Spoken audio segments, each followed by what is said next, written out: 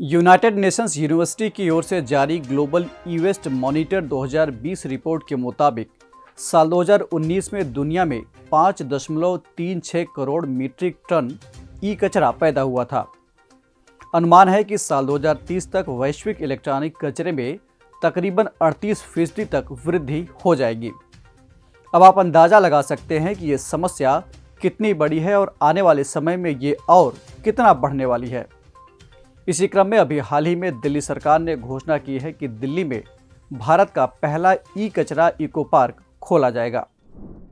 अभिवादन और स्वागत है आप सभी का हमारे इस खास कार्यक्रम में। मैं हूं केसरी पांडे और आप देख रहे हैं ध्येय टीवी।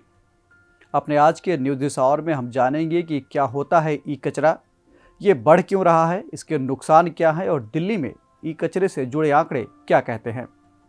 इसके अलावा हम ये भी जानेंगे कि भारत के पहले ई कचरा इको पार्क की खासियत क्या होगी और इस समस्या से निपटने के लिए भारत में किस तरह के कानूनी उपाय किए गए हैं।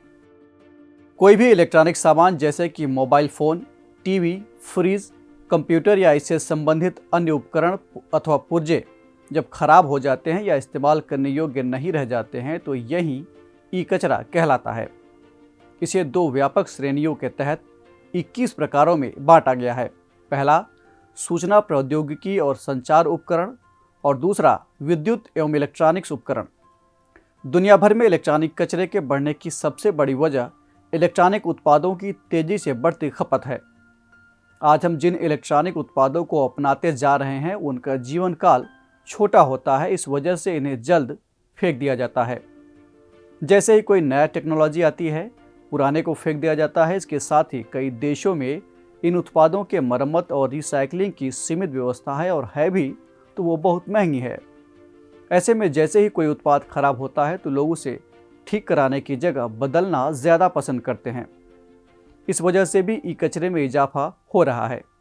एक अन्य आंकड़े के मुताबिक अगर साल 2019 में उत्पादित कुल इलेक्ट्रॉनिक कचरे को रिसाइकिल कर दिया जाए तो वो करीब 4,25,833 करोड़ रुपए का फ़ायदा देता।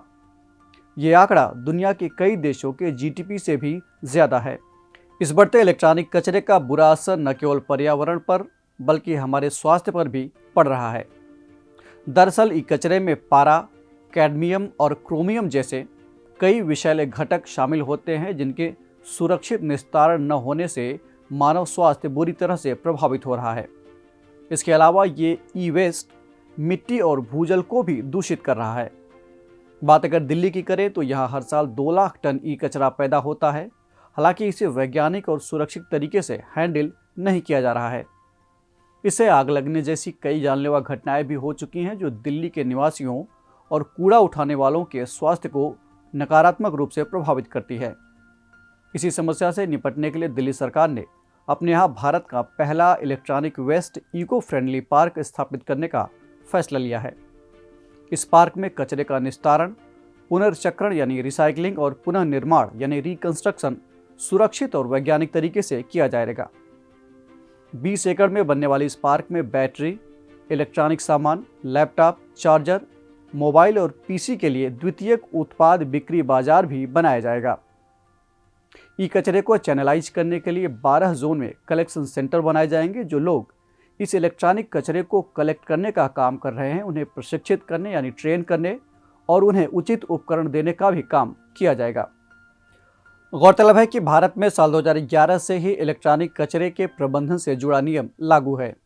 बाद में पर्यावरण, वन एवं जलवायु परिवर्तन मंत्रालय द्वारा ई कचरा प्रबंधन नियम 2016 लागू किया गया था। इस नियम के तहत पहली बार इलेक्ट्रॉनिक उपकरणों के निर्माताओं को विस्तारित निर्माता जिम्मेदारी यानी एक्सटेंडेड प्रोड्यूसर्स रिस्पॉन्सिबिलिटी के दायरे में लाया गया। नियम के अंतर्गत उत्पादकों को ई कचरे के संग्रहण यानी कलेक्शन और आदान प्रदान के लिए उत्तरदायी बनाया गया है और उल्लंघन की स्थिति में यानी इस नियम के उल्लंघन की स्थिति में दंड का प्रावधान भी किया गया है। तो ये थी बात भारत के पहले ई कचरा इको पार्क और संबंधित मुद्दे की। और अब बारी है आज के सवाल की। आपको कमेंट करके बताना है कि भारत का पहला ई कचरा क्लिनिक कहाँ स्थापित किया गया था।